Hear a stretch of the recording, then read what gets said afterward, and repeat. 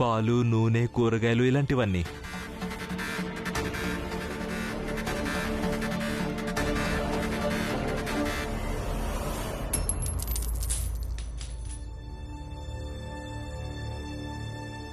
కానీ ఈ డబ్బులతో ఇంట్లోకి ఏమీ తేవడానికి వీల్లేదు. నీ మెదడు కానీ చెడిపోయిందా? ఈ డబ్బుల్ని ఎందుకు విసిరేశారు? జాగ్రత్త, నువ్వు గాని ఈ డబ్బులు గాని ముట్టుకున్నావంటే నీ ఈ శుద్ధీకరణతో వచ్చిన డబ్బులు మాకెందుకు పనికిరావు. చూడమ్మా, ఒక్క మాట జాగ్రత్తగా వినండి. మీరు కూడా ఈ డబ్బులతో ఏమీ తేవడానికి వీల్లేదు. ఈమె ఏం చేస్తుందో చేసుకునివ్వండి. ఈమెకేది నచ్చితే అదే చేసుకునివ్వండి. మన ఇంటి గౌరవాన్ని అమ్మేసి మరీ తీసుకొచ్చావు ఈ డబ్బుల్ని. నేను నీకు చెప్పాను కదా, నువ్వు గెలుస్తావని. నువ్వే గెలిచావు. ఇక నీకున్న మూల్యం ఇదే. మిఠాయిలు తీసుకోండి, రకరకాల రుచికరమైన మిఠాయిలు తీసుకోండి. మిఠాయిలు తీసుకోండి బాబు, మిఠాయిలు. ఇదిగో మిఠాయి బాబు, ఈ రోజు ఈ వీధిలోకి ఎలా వచ్చావు? ఈ రోజు వరకు ఎప్పుడు రాలేదే మా వీధిలోకి. మాకు కూడా తెలిసింది, ఈ వీధిలో చిన్న జాతి వాళ్ళయ్యుండి కూడా కొందరు పెద్ద జాతి వాళ్ళైపోయారని. వాళ్ళని మేము అసహించుకోలేము. చూడండి సోదరులారా, చూడండి, ఒక శుద్ధీకరణ వల్ల ఎంత ప్రయోజనం కలిగింది. ఇప్పుడు మన వీధిలోకి పెద్ద పెద్ద జాతికి చెందిన వ్యక్తులు వస్తున్నారు, సరుకులు అమ్ముతున్నారు, అలాగే కొంటున్నారు కూడా. అయితే జనార్దన్ మిఠాయి కొనుక్కో, కడుపు నిండా తిను. కొంటాను, కానీ ఇప్పుడు ఈ ఖరీదైన మిఠాయిలు కొనడానికి డబ్బులు లేవు కదా. బాగుంది, చూసావా అమ్మా? పైసా లేదు కానీ మిఠాయిలు కొనడానికి బయలుదేరాడు. వచ్చాడండి పెద్ద జాతికి చెందినవాడు. ఏం పర్వాలేదు, ఇవాళ కాకపోతే తర్వాతైనా వస్తాయి. చూడు, ప్రచండదేవు గారు ఏం చెప్పారు? ఇప్పుడు మనం పెద్ద జాతి వాళ్లతో కలిసిమెలిసి ఉండొచ్చు అని. అంటే వాళ్లను మనం ఏ పనైనా అడగచ్చు. అక్షరాల నిజం. నేను ఈ ప్రాంతంలో 14 ఏళ్ల నుంచి మిఠాయి దుకాణాన్ని నడిపిస్తున్నాను. ఇక నేను చూశాను, ఎవరెవరైతే ప్రచండదేవి గారి దగ్గర దీక్ష తీసుకున్నారో వాళ్ళ జీవితాల్లో ఎప్పుడూ ఏ రకమైన లోటు గానీ ఏర్పడలేదు. అవును, మేం కూడా అదే ఆశిస్తున్నాం. అయినా ఇదేమన్నా చిన్న విషయమా? మీలాంటి పెద్ద జాతి వ్యక్తి ఇక్కడ మా ఈ వీధిలోకొచ్చి మిఠాయిలు అమ్మడం, అలాగే మమ్మల్ని అందరినీ కూడా మిగతా వినియోగదారులు అనుకున్నారు. అవునవును, ఇది చాలా సంతోషించాల్సిన విషయం. సంతోషించాల్సింది కాదు, ఇది భ్రమ కలిగించే విషయం.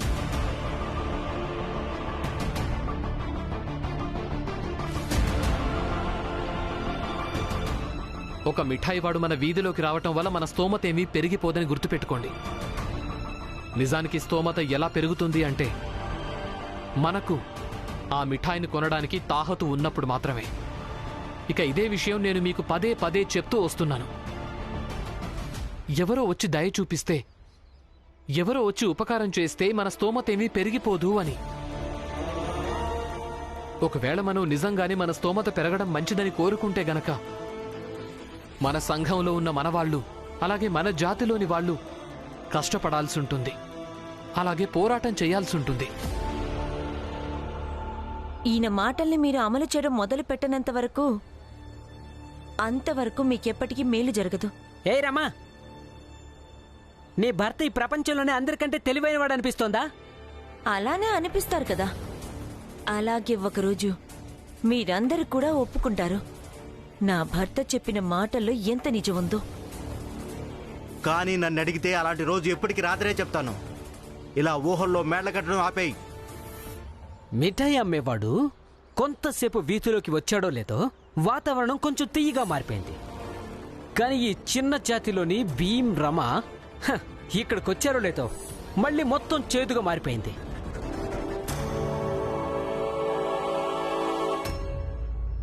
జోకుబాబాయ్, మీరెక్కడెక్కడికి బట్టలు తేవడానికి వెళ్తారో వాళ్ళందరికీ చెప్పుకోండి మీరు చిన్న జాతిలో పెద్ద స్తోమతున్న వాళ్ళైపోయారని. ఇక నోరు మూసుకోరామా. రమ చెప్పింది నిజమే కదా. మాకు కూడా తెలియని ఈ చిన్న జాతి పెద్ద స్తోమత. ఇలాంటి ఆటలు ఆడటం వల్ల ప్రయోజనం ఏముంటుందో. సరే సోదరులారా, ఇక నేను బయలుదేరుతాను. రాకపోకలు ఎలాగో ఉంటాయి. సమాజంలో మీ స్థాయి పెరిగిపోయింది. ఇక రేపు మీ స్తోమత కూడా పెరిగిపోతుంది. కానీ ఒక్క విషయం గుర్తుపెట్టుకోండి, ఈ భీమరావుతో జాగ్రత్తగా ఉండండి.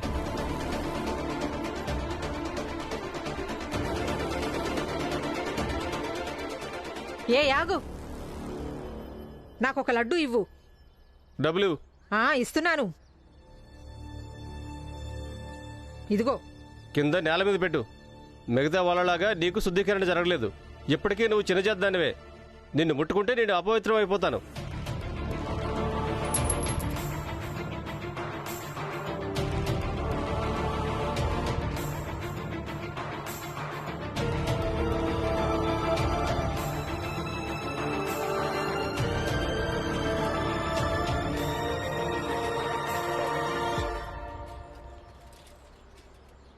భీమ్ ఇంకా రమ చెప్పింది నిజమే. ఇక అలాగే జీవితమంతా నిజం చెప్తూనే ఉన్నారు. ఎవరు అర్థం చేసుకుంటారో చేసుకోండి. అన్నట్టు నాకు చాలా సంతోషంగా ఉంది నేను చిన్న జాతి దాన్నైనందుకు. ఇక నేను వీళ్ళిద్దరి కారణంగానే నేనిలా ఉన్నాను. నేను శుద్ధీకరణ అనే ప్రచండదేవ్ వలలో ఇరుక్కోలేదు. ఇక అందుకే నేను నా సొంత డబ్బులతో కొన్న మిఠాయితో ఇప్పుడు వీళ్ల నోటిని తీపి చేస్తాను.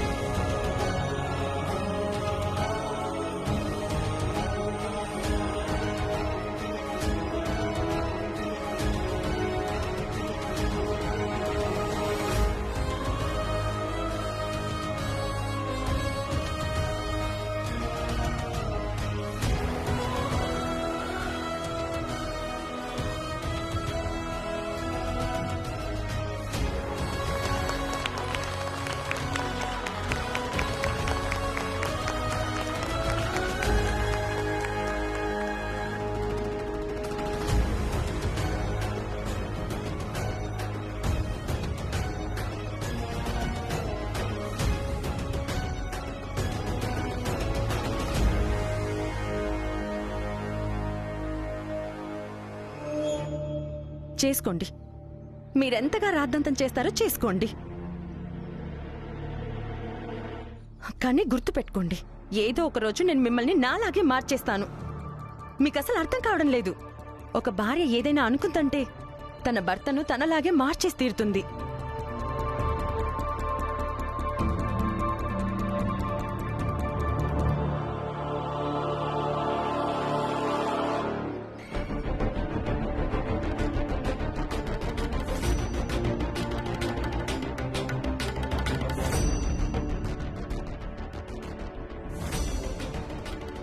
ఇప్పుడు నేను ఒకరి తొత్తులా మరి తిరగలేను కదా.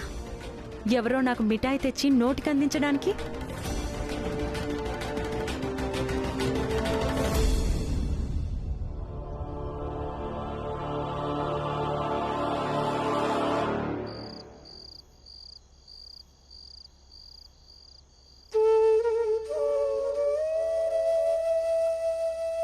రమా, ఈ రోజు పొద్దున్నే నేను బొంబాయిలోని పెద్ద అధికారులకు నాన్న పెన్షన్ మొదలు పెట్టించడానికి ఉత్తరాలు పంపించాను. సాయంత్రానికల్లా వాళ్లకు చేరిపోయి ఉంటాయి కూడా. అయితే వాటికి జవాబులు కూడా వస్తాయనుకుంటా. అలాగే మావయ్య పెన్షన్ కూడా మొదలైపోతుంది. తర్వాత మావయ్య జాడు దొరకగానే మన మావయ్యని ఇంటికి పిలుద్దాం. అయినా నాకు మీరు రాసిన ఉత్తరం అన్నిటికంటే ప్రమాదకరమైన ఆయుధంలా అనిపించింది. కాని రమా, అక్కడికి నరోత్తమ్ జోషి మిత్రుడు ప్రభాకర్ వచ్చాడు. తనతో పాటు ఇంకొందరు మిత్రులు కూడా ఉన్నారు. వాళ్ళందరూ కలిసి నా నుంచి ఆ ఉత్తరాలు లాక్కున్నారు. అలాగే వాటిని చూశారు నేను ఉత్తరాలు ఎవరికి పంపిస్తున్నానని.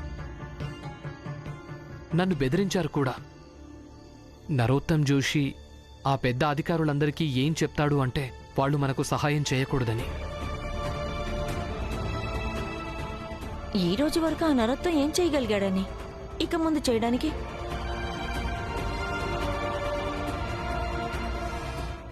సరే, ఒక పని చేద్దాం. కలిసి చదువుదాం. నాకు ఆ పుస్తకాన్నివ్వు. అది కూడా.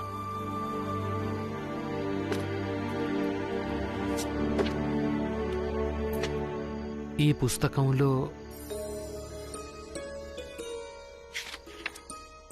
ఇదిగో నువ్వు ఇది చదువు. ఇక ఈ పుస్తకంలో ఇందులో ఇది చదువు. ఆ తర్వాత రెండింటిలో తేడా ఏముందో నాకు చెప్పు. ఉం?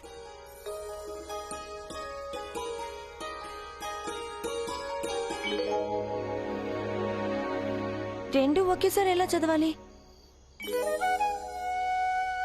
ముందు ఒకటి చదువురమ్మా, తర్వాత రెండోది చదువు.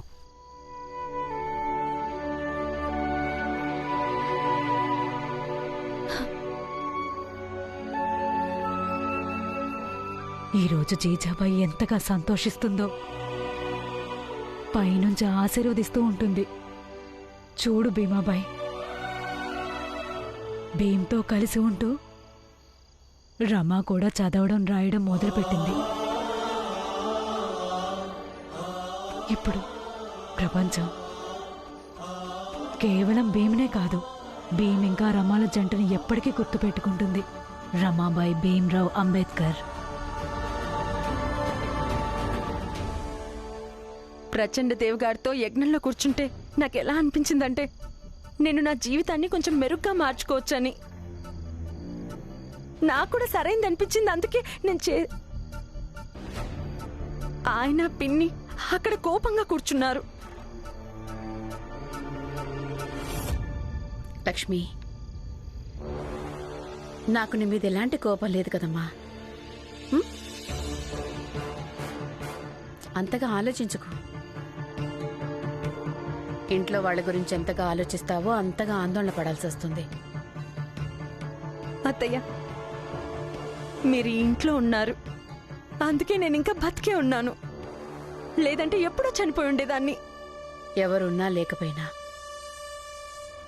నేను నీకు తోడున్నాను. నీకేది సరైందనిపిస్తే నువ్వు అదే చెయ్యి. రాత్రి బాగా పొద్దుపోయింది, వెళ్ళి నిద్రపో. వెళ్ళు.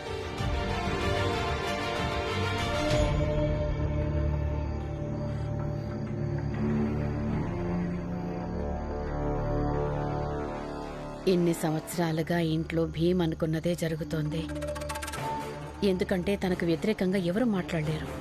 ఇక నేనిదే ప్రయత్నం చేస్తూ ఉంటాను. నువ్వు ఈ భీమ్కి వ్యతిరేకంగా దృఢంగా గట్టిగా నిలబడాలి అని. ఇక నువ్వు ఏ రోజైతే ఆ భీమ్కి వ్యతిరేకంగా దృఢంగా నిలబడగలవో లక్ష్మి, అప్పుడు దానికదే ఇంట్లో వాళ్ల తలకెక్కిన ఈ భీమ్ అనే దయ్యం ఉంది, అది దిగిపోతుంది.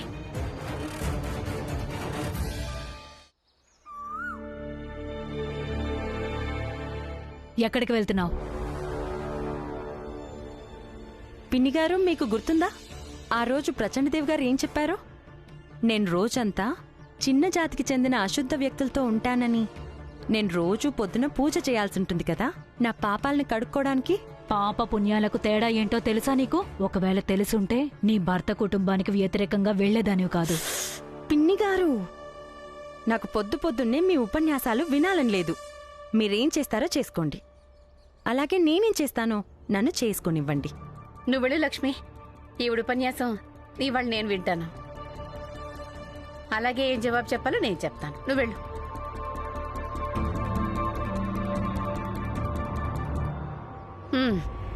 ఈరోజు ఏం చెప్పాలనుకుంటున్నారు?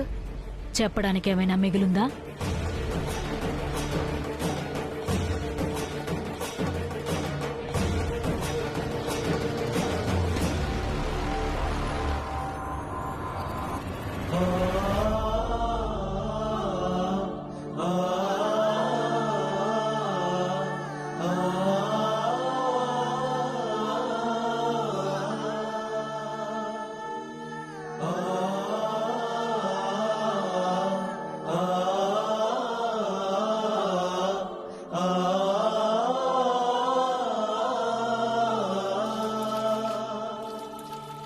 హే భీమ్రావ్, ఆగో. కాసేపటి తర్వాత బయలుదేరలేకపోయావా? కనిపించడం లేదా? మేమంతా ఇక్కడ పూజ చేస్తున్నాం. నీకు గుర్తులేదా ప్రచండదేవ్ గారు ఏం చెప్పారో? చిన్న జాతి వ్యక్తి నేడు కూడా మనల్ని భ్రష్టులు చేయగలదు, దూరంగా వెళ్ళు. ఏంటన్నా, ఈ భీమ్రావ్ మనకి వ్యతిరేకి కదా. ఇక తన ఎలా ఉన్నాడో అదే కోరుకుంటాడు. మనం ధర్మాన్ని పాటించకూడదని. నేను మీకు వ్యతిరేకినని ఎవరు చెప్పారు? అలాగే నేను ధర్మం, కర్మలు, అలాగే పూజలకు వ్యతిరేకనేం కాదు. ఈ పూజలు అలాగే ధర్మం ఇవన్నీ మనకు మనశ్శాంతి అలాగే బలాన్ని ఇవ్వడం కోసం ఉన్నంత వరకు అయితే అంతవరకు అయితే ఇది సరైందే. ఇప్పుడు మీరేం చేయబోతున్నారు? ఈ నీటిని సూర్యునికి సమర్పించబోతున్నారు. దానివల్ల ఏమవుతుంది? దాంతో సూర్యుని కిరణాలు పరివర్తనం చెంది మీ కళ్ళ మీద పడతాయి. అందుకే వైజ్ఞానిక దృష్టితో చూస్తే అయినా మీరు చేస్తోంది సరైందే. అందుకే మీరిది చేయడమే మంచిది. అలాగే భీమరావు ప్రతిసారి మిమ్మల్ని వ్యతిరేకిస్తాడని మాత్రం ఎప్పుడూ మీరు అనుకోకండి. ఈయన ఇంట్లోంచి ఈ సమయానికే బయలుదేరతారు. రేపటి నుంచి మీరందరూ కొంచెం ముందే మొదలెట్టండి. మీరు మీ పని చూసుకోండి, ఈయన పని చూసుకుంటారు. రమా, శాంతంగా ఉండు. మీరు ఇదంతా చేసుకోండి. నేను మీ దారికి అడ్డు తప్పుకుంటాను. పద. సరే, ఇక కానివ్వండి. సూర్యుడికి జలాన్ని సమర్పిద్దాం.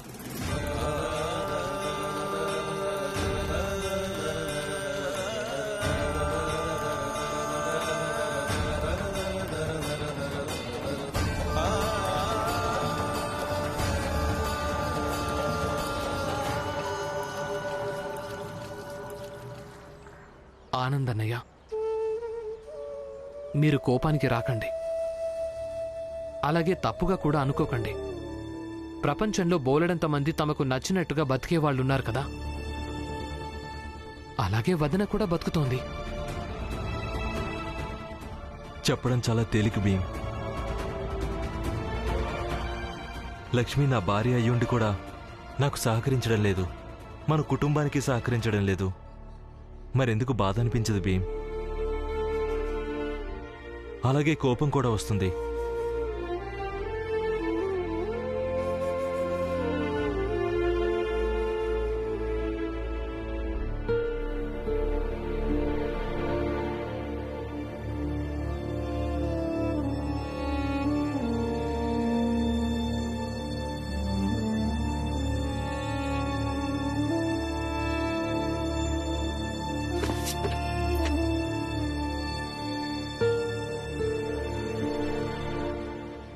గురువుగారు, మీరా? నీకోసం నేను ఒకటి తెచ్చాను. ఏంటది? దాన్ని ఇక్కడే వదిలే, నువ్వు నాతో పద. రా.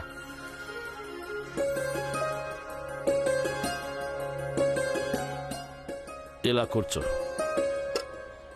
కూర్చో.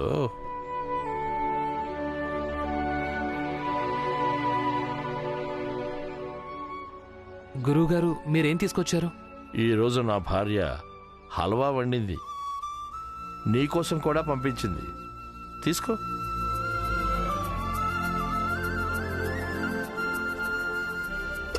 అంతలోపు నేను నీకు ఎక్కడెక్కడ ఉద్యోగ ఖాళీలు ఉన్నాయో అవన్నీ చెప్తాను. ఇక ఆ తర్వాత నువ్వు నిర్ణయం తీసుకోవచ్చు ఎక్కడెక్కడ అప్లై చేయడం అనేది నీకు మంచిదవుతుందో. భీమ్, ఏంటి అలా ఆలోచిస్తున్నావు?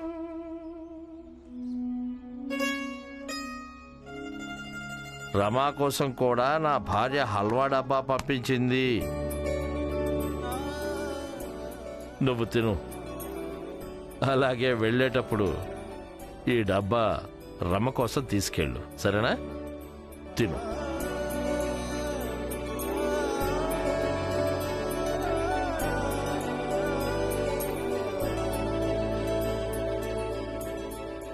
హల్వా చాలా రుచిగా ఉంది గురువుగారు.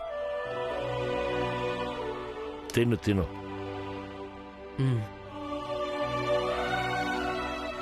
భీమ్, బాంద్రాలో ఒక ఉద్యోగం ఉంది, సామాన్లు అమ్మేవాళ్ళది.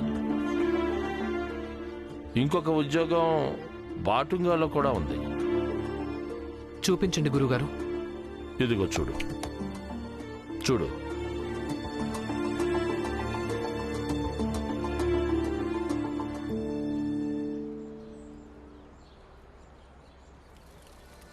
వినండి, అందరూ వినండి, వినండి.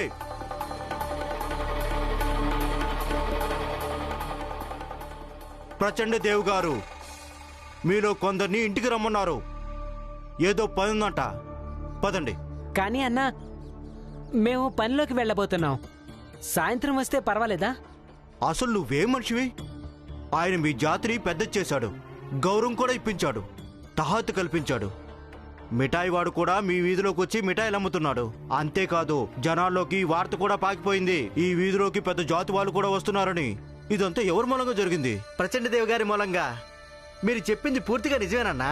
మిగతా పనులన్నీ తర్వాత, ముందు వెళ్దాం పద. నిజం చెప్పావు. ఆయన మన గౌరవాన్ని పెంచారు, సమాజంలో బతకడానికి అధికారం ఇచ్చారు. ఆయన ఆదేశాన్ని పాటించి తీరాల్సిందే కదా. నిజం చెప్పావన్నా. పదండి పదండి, మనందరం వెళ్దాం. పదండి పదండి.